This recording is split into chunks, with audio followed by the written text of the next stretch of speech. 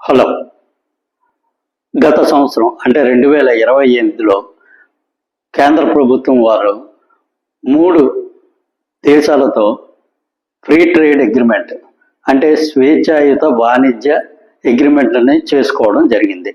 ఆ 3 దేశాలు, ఒకటి యూకే అంటే ఇంగ్లాండ్, 2 ఒమెన్, 3 న్యూజిలాండ్.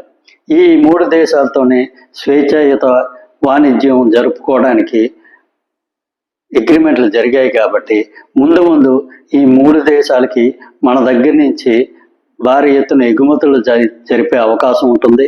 అదేవిధంగా ఆ దేశాల నుంచి మనం దిగుమతులు కూడా ఏ విధమైన పన్నుల భారం లేకుండా చేసుకోవచ్చు. కాబట్టి ఇది ఇరువైపులా 2 దేశాలకి చాలా వరకు ఉపయోగకరంగా ఉంటుంది. చూద్దాం భవిష్యత్తులో ఇది ఎంతవరకు భారతదేశానికి ఉపయోగపడుతుంది అనేది.